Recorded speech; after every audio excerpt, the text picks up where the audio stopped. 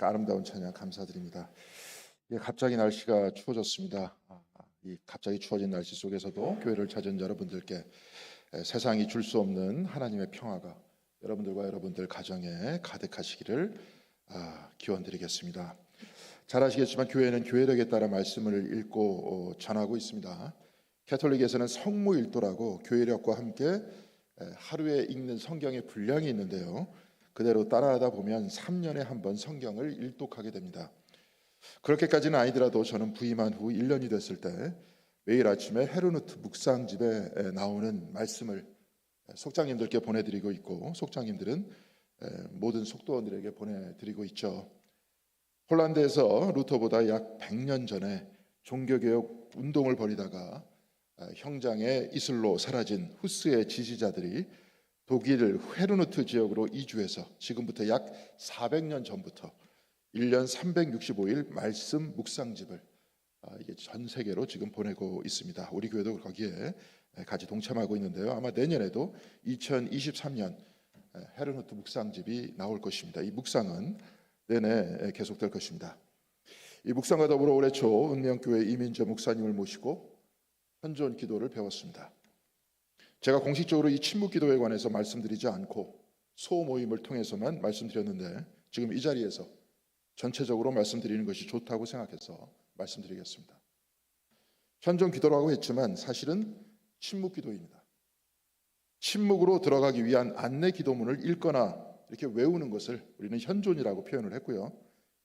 그렇게 해서 약 20분 동안 침묵 기도를 하는 것입니다. 과거 리차드 포스터의 기도라는 책을 오후 예배 때 같이 읽은 적이 있습니다. 이 책 안에 여러 개의 기도 방법이 나와 있는데요. 이 중에 관상 기도라고 나와 있는데 침묵 기도입니다. 이 기도에 관해서 유튜브나 인터넷에서 자기 사견을 대단히 부정적으로 알리는 목사들이 있는데 저도 여러 개 들어봤습니다. 그런데 별 근거 없는 이야기들이고요. 제가 그 책을 여러분들과 같이 읽을 때에도 한국 샬렘 영성원이라고 개신교에서 침묵 기도를 하시는 목사님들의 모임에 소속되어 있는 한 분을 모시고 강연을 들었습니다. 아마 기억하실 겁니다. 여태까지 교회에서는 공식적으로 기도에 대해서 가르치지 않았습니다. 여러분들도 따로 배운 적은 없으실 겁니다. 그래서 거의 대부분의 교인들은 교회에 나와서 다른 분들이 하시던 기도를 그대로 답습해 왔을 겁니다.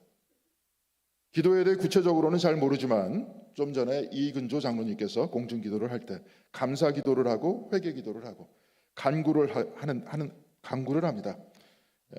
아마 이 정도의 기도의 형태는 다 배우셔서 했을 겁니다.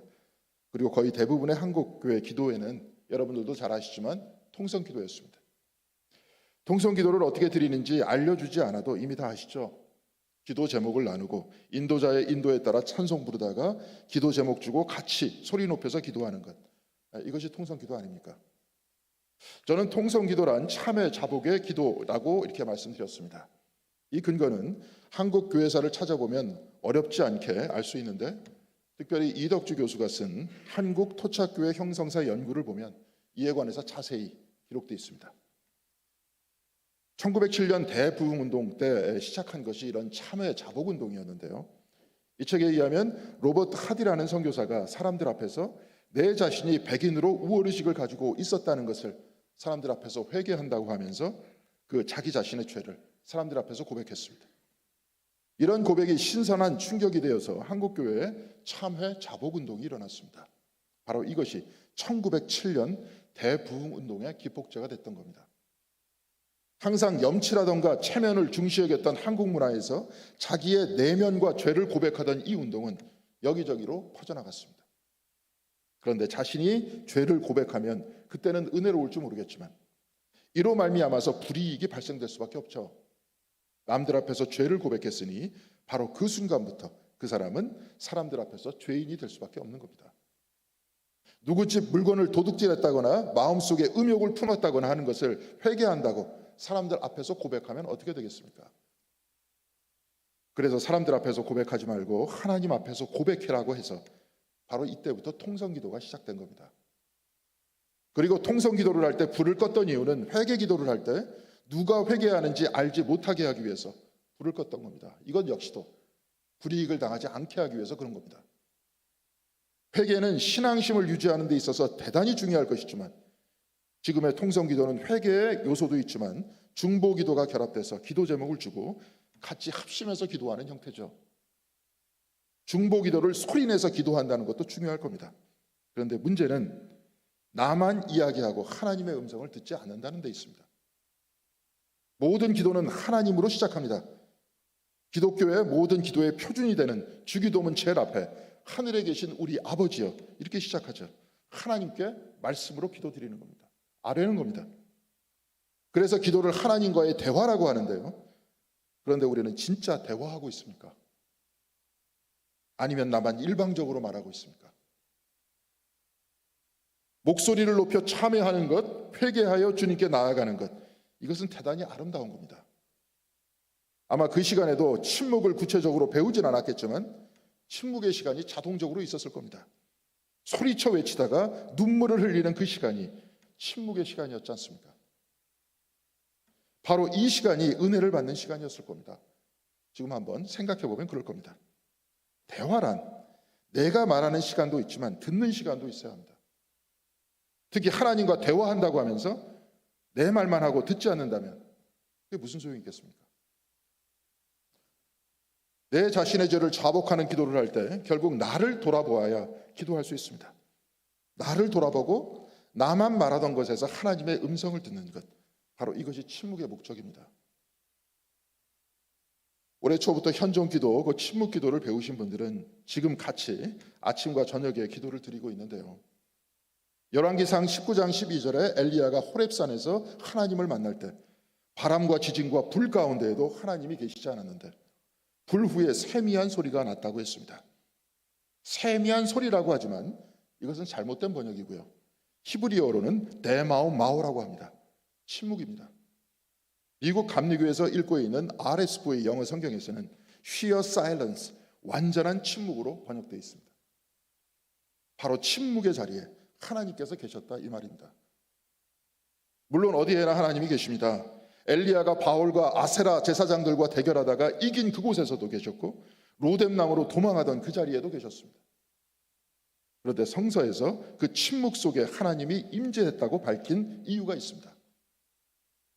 토요일에 같이 책을 읽고 있는 마이스터 에카르트는 하나님을 근저가 되신다 이렇게 말했는데요.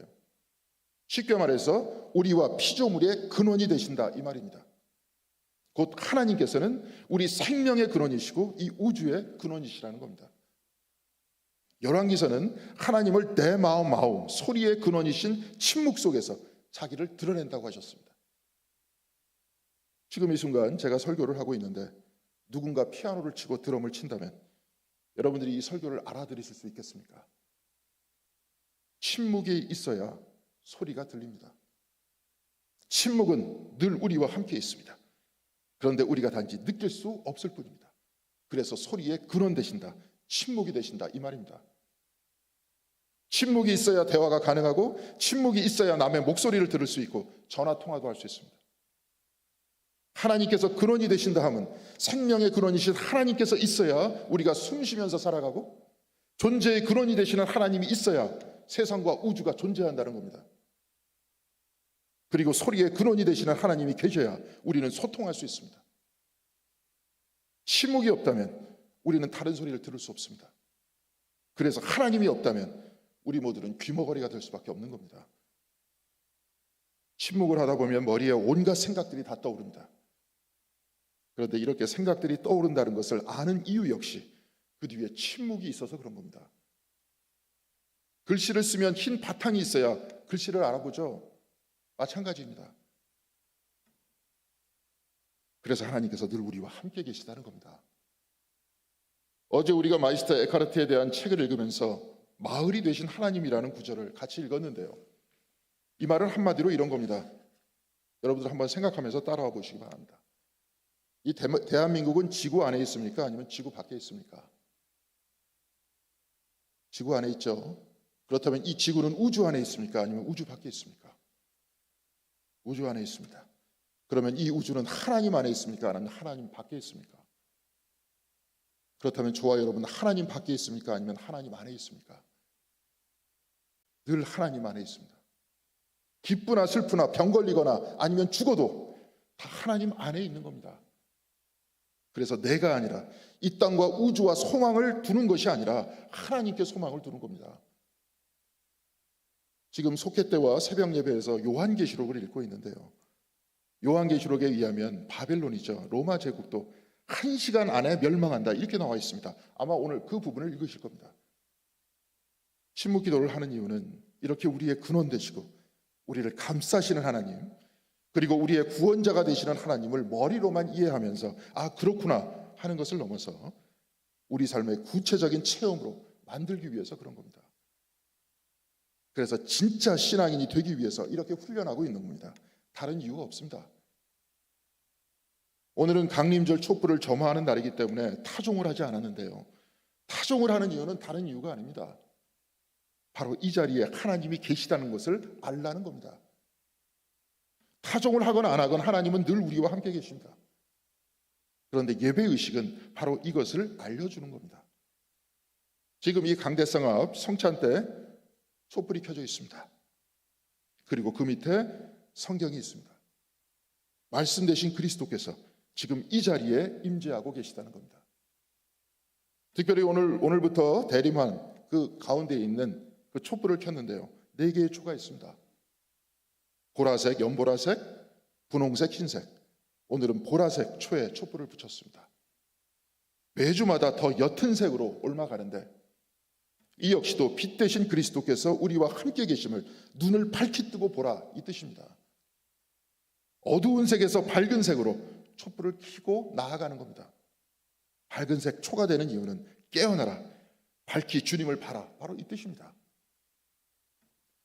예배도 기도와 같이 하나님 우리와 함께 계시다는 것을 알려주는 것이고, 우리가 일상의 삶을 살아갈 때 하나님이 우리와 함께 계시다는 생각 안에서 말씀하고 묵상하고 하나님과 더불어 사는 것이 신앙생활이 아니겠습니까? 하나님과 동행함을 믿고 말씀대로 살려고 하고 그렇게 내 삶의 십자가를 지고 주님을 따라가는 것이 이 땅에 육신을 입고 오신 하나님, 곧 예수의 제자가 되는 그런 삶이 아닙니까?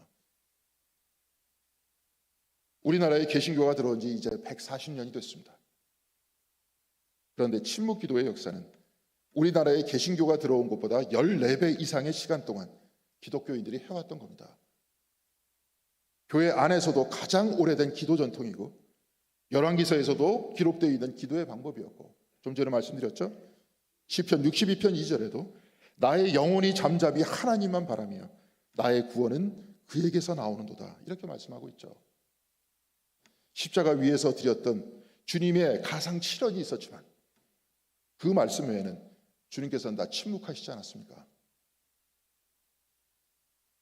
설교의 거의 절반을 침묵 기도에 대해서 말씀드린 이유가 있습니다. 앞서 말씀드렸듯이 제가 공개적으로도 침묵 기도에 대해서 설명을 드린 적이 없었기 때문에 그렇습니다.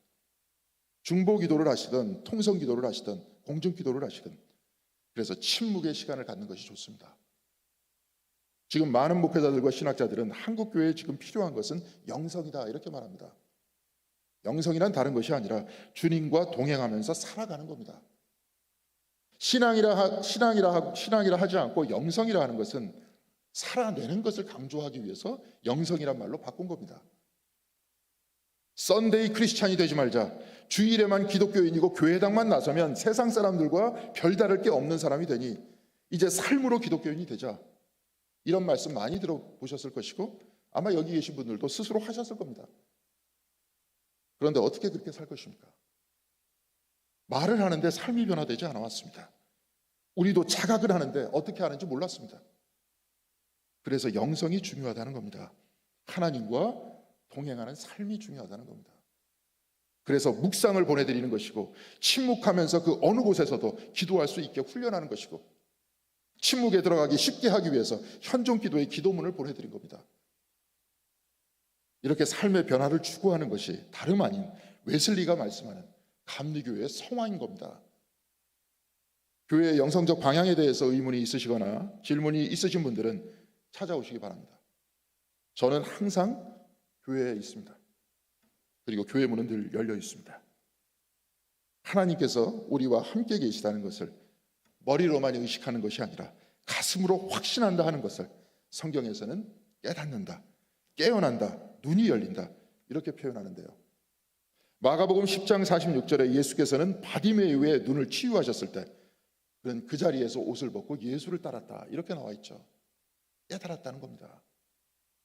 요한복음 9장 1절에서 12절까지 나면서부터 장님이었던 사람이 있었는데 예수께서는 흙에 침을 뱉어 그의 눈에 바르시고 실로암 산에 가서 눈을 씻으라고 하셨습니다. 그가 눈을 떴을 때 그는 더 이상 구걸하던 사람이 아니라 유대의 교인들 사이에서, 바리새인들 사이에서 예수를 전하는 전도자가 됐습니다.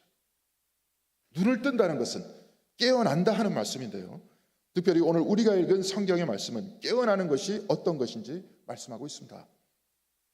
오늘 우리가 교독한 로마서 13장 11절에서 14절까지의 말씀은 사연이 있는 말씀입니다. 교회사에 있어서 사연이 있는 말씀입니다. 어거스틴이 쓴 고백록에는 이 말씀에 관한 이야기가 나오는데요, 어거스틴은 어린 시절부터 자기 자신의 삶에 관해 대단히 힘들지만 진솔하게 써 내려가서 책을 썼는데 이 책이 이제 고백록이죠. 그런데 이 고백록이라는 책을 통해서 자신이 가지고 있던 신학에 대한 견해와 의문들도 솔직하게 적어 내려가고 있습니다. 방황하면서 영지주의 교파인 만이교로 개종하고 하나님과 떨어져 살다가 다시 하나님께로 향하면서 그는 마치 우리 신앙의 선배들이 참회의 자복기도인 통성기도를 드린 것과 같이 고백록에서 이렇게 하나님께 기도드리고 있습니다. 오 주여 어느 때까지입니까? 오 주여 어느 때까지입니까? 당신께서 영원히 노하시려 하십니까? 나의 이전의 죄악을 기억하지 마소서. 나는 이렇게 말하고 내가 지은 죄에 대해서 마음으로부터 통회하면서 울고 있습니다, 이렇게 말했습니다. 그런데 그때 한 소리가 들려왔는데요, 갑자기 이웃에서 들려오는 말소리가 있었습니다. 그 말소리가 소년의 것인지 소녀의 것인지 그는 정확하게 알 수 없다고 하면서 계속 그 반복되는 노래의 소리가 있었는데 그게 무엇이었냐면 들고 읽어라, 들고 읽어라, 이런 말이었습니다. 이 목소리를 들은 어거스틴은 성서를 펴서 첫눈에 들어온 것을 읽어라 하신 하나님께서 나에게 주신 명령으로 생각했다고 했습니다. 그리고 성경을 펼쳐 읽었을 때 그의 첫눈에 들어온 말씀, 그것이 바로 오늘 우리가 교독했던 로마서 13장 13절에서 14절까지의 말씀이었습니다. 낮에와 같이 단정히 행하고 방탕하거나 술 취하지 말며 음란하거나 호색하지 말며 다투거나 시기하지 말고 오직 주 예수 그리스도로 옷 입고 정욕을 위하여 육신의 일을 도모하지 말라. 이 구절을 읽은 어거스틴은 즉시 어둠을 몰아냈다고 그의 고백록에서 쓰고 있습니다. 어거스틴의 회심을 살펴봤을 때 대단히 중요한 측면이 있다는 것을 알 수 있습니다. 만일 그가 들고 읽어라 하는 아이의 목소리를 듣고 별 생각이 없이 그냥 지나갔다면 어떻게 됐겠습니까? 그는 회심하지 않았을 겁니다. 회심하지 않았더라면 오늘 우리가 알고 있는 어거스틴도 없었을 것이고 어거스틴이 없었더라면 종교개혁도 없었을 겁니다. 종교개혁이 없었더라면 지금 오늘 우리가 예배를 드리는 이 개신교식 예배의 형식도 없었을 겁니다. 이 커다란 운동과 변화가 가능했던 것은 한 아이의 소리, 들고 읽어라 하는 이 말 한마디 때문이었는데요, 사실 더 자세히 보면 이 아이의 목소리를 통해서 하나님의 음성을 들으려고 했던 어거스틴의 열린 마음 때문에 그랬던 것 아닙니까? 아무리 이런 소리가 들려도, 아니 하나님께서 성경의 말씀이나 어거스틴의 경우처럼 아이의 목소리나 이 자연을 통해서 나에게 말씀하시려고 해도, 아니 지금도 말씀하고 계시지만 내가 마음을 닫고 안 들으면 그냥 지나가는 것 아닙니까? 그가 하나님을 간절히 찾고 있었기 때문에, 그러면서 기도했었기 때문에 그는 마음을 열 수 있었습니다. 그리고 이렇게 마음이 열려 있었기 때문에 이 열린 마음 속에서 어거스틴은 하나님의 음성을 들을 수 있었던 겁니다. 잠언 8장 17절에는 나의 사랑을 입으며 나를 간절히 찾는 자가 나를 만날 것이니라, 이렇게 말씀하고 있습니다. 우리들도 마음을 열고 간절히 하나님을 찾을 때 하나님은 만나주신다고 했습니다. 요한복음 1장 1절에서 3절까지는 이렇게 기록되어 있습니다. 태초에 말씀이 계시니라. 이 말씀이 하나님과 함께 계셨으니 이 말씀은 곧 하나님이시니라. 그가 태초에 하나님과 함께 계셨고 만물이 그로 말미암아 지은 바 되었으니 지은 것이 하나도 그가 없이는 된 것이 없느니라. 만물이 그로 곧 말씀으로 말미암아 지은 바 되었으니 지은 것이 하나도 그가 곧 말씀이 없이는 된 것이 없다고 했습니다. 그렇다면 잠언서의 말씀과 같이 하나님을 간절히 찾는다면 이 세상 한복판 그 어디에서도 하나님의 말씀을 들을 수 있다, 이 말씀이 아닙니까? 지금 우리가 금방 읽은 말씀 요한복음 1장 1절에서 3절까지의 말씀을 묵상하면서 이용도 목사는 그의 일기에서 이렇게 쓰고 있습니다. 학도, 나는 학도로다. 그러므로 그저 배우기에만 열중하리라. 이는 모든 것이 다 나를 가르치며 훈계가 되겠으며 모든 사람 모든 삶을 이는 다 여호와의 거룩한 음성이었느니라. 나는 영원히 지극히 작고 미련하고 적은 한 학도일 뿐이로다. 나는 이때까지 보유하려고 애쓰던 나의 선생의 지대를 떠나노라. 그리고 영원히 학생의 급으로 내려가노라. 종래는 선생 마음을 가졌는 거로 나의 배우고 깨닫는 것이 지극히 적었노라. 동시에 나는 교만에 빠졌었노라. 이는 큰 막이었도다. 나는 이제 깨달았노라. 저 어린애 거린 천녀 곤충 금수 초목 이는 다 나의 선생임을 깨달았노라. 나는 스스로를 학도라고 했습니다. 선생이 아니라 학생이라는 겁니다. 왜냐하면 모든 사람 모든 사물이 하나님의 거룩한 음성임을 알게 됐기 때문에 그렇다고 했습니다. 그래서 가르치려고 했던 선생의 위치를 떠나서 모두를 통해 배우고 어린애와 거린과 천녀와 곤충과 금수와 초목을 통해서도 배우겠다고 했습니다. 어거스틴과 같이 마음을 열고 하나님을 찾겠다는 겁니다. 그래서 내 닫힌 마음을 열겠다는 겁니다. 이를 통해서 곤충에게도 천한 사람에게도 초목에게도 금수에게까지도 다 마음을 열고 이 안에서 하나님께서 무슨 말씀을 하고 계신지 듣겠다는 거 아닙니까? 예수께서는 누가 서로 높으냐 다투던 제자들에게 어린아이 하나를 가운데 세우시면서 마태복음 18장 3절에 이렇게 말씀하셨습니다. 이르시되 진실로 너희에게 이르노니 너희가 돌이켜 어린아이들과 같이 되지 아니하면 결단코 천국에 들어가지 못하리라. 돌이켜 어린아이같이 된다는 것은 너희 마음이 겸손하게 열려서 어린아이에게도 배우려고 하는 그 사람이 또한 어린아이를 통해 하나님의 음성을 들으려는 그 열린 사람들이 천국에 들어간다, 이 말씀이 아닙니까? 천국에 사는 사람들은 이렇게 열린 사람들이고 이렇게 열린 마음으로 하나님을 찾는 사람들이라는 겁니다. 오늘 우리가 읽은 마태복음의 본문에서 말세에 관해서 말씀하시는데요, 37절에서 39절까지는 이렇게 말씀하고 있습니다. 노아의 때와 같이 인자의 임함도 그러하리라. 홍수전에 노아가 방주에 들어가던 날까지 사람들이 먹고 마시고 장가들고 시집가고 있으면서 홍수가 나서 그들을 다 멸하기까지 깨닫지 못하였으니 인자의 임함도 이와 같으니라. 홍수전에 노아의 가족들이 방주에 들어가기 전까지, 아니 아예 홍수가 나서 한 명도 아니고 그들을 다 멸하기까지 사람들은 깨닫지 못했다고 했습니다. 이 사람들은 눈이 멀어 있었습니다. 닫혀 있었습니다. 그래서 깨닫지 못했습니다. 만일 하나님의 아들의 마음이 열려 있어 하나님을 찾고 있었다면 노아가 방주에 들어갈 때 물이 차오르기 시작할 때 이미 이곳에서 하나님의 뜻과 하나님의 역사를 찾아낼 수 있었을 겁니다. 그래서 돌이켰을 겁니다. 그런데 이들은 노아가 방주에 들어가는 그날에도 홍수가 나서 아예 모든 사람들이 다 죽어가는데도 깨닫지 못했다고 주님께서는 말씀하고 있습니다. 그들은 닫혀 있었던 겁니다. 이들이 깨닫지 못했다고 하면서 주님께서는 우리에게 깨어 있으라고 말씀하고 있습니다. 깨어 있어라. 곧 열린 마음으로 하나님을 찾으라, 이 말씀입니다. 바로 이때 주님께서 오시고 바로 이런 사람들이 이 세상의 끝날에도 주님을 영접한다는 것 아닙니까? 사랑하는 성도 여러분, 기도는 하나님께서 나와 함께 계시다는 것을 의식하는 것이라고 했습니다. 우리의 마음이 하나님을 향해서 열려 있는 것이고 또한 깨어 있는 것입니다. 하나님이 함께 계신다는 것을 알리기 위해서 예배 시간 전에 타종을 했다고 했습니다. 오늘은 대리만 가운데 있는 보라색 초에 불을 붙였습니다. 어두운 우리의 마음 한복판에도 주님께서 계시다는 것을 알리기 위해서 그랬습니다. 성찬대 위에 초는 불이 밝혀져 있습니다. 주님께서는 지금 이 자리에 말씀으로 임재하고 계시다는 겁니다. 다 같이 깨어나자, 이 뜻입니다.